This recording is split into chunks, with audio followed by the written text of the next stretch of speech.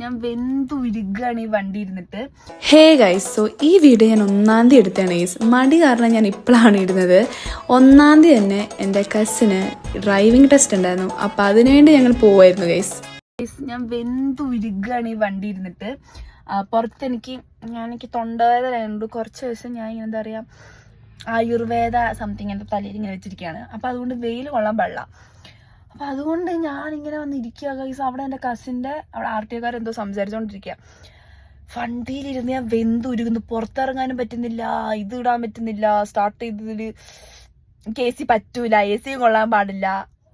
Shit, what the fuck is this? അതിനിടയ്ക്ക് കൂടി jacket ഇത് ഊരി കഴിഞ്ഞ് കഴിഞ്ഞാൽ ഭയങ്കര സ്ലീവ്ലെസ്സാണ്. ഈ നാട്ടുകാർ എന്തെങ്കിലും പറയുമെന്ന് വിചാരിച്ചിട്ട് ഞാൻ ഇരിക്കുക. നാട്ടുകാർ പറഞ്ഞ് എനിക്കൊന്നുമില്ല, എന്നാലും നമ്മൾ നോക്കണമല്ലോ.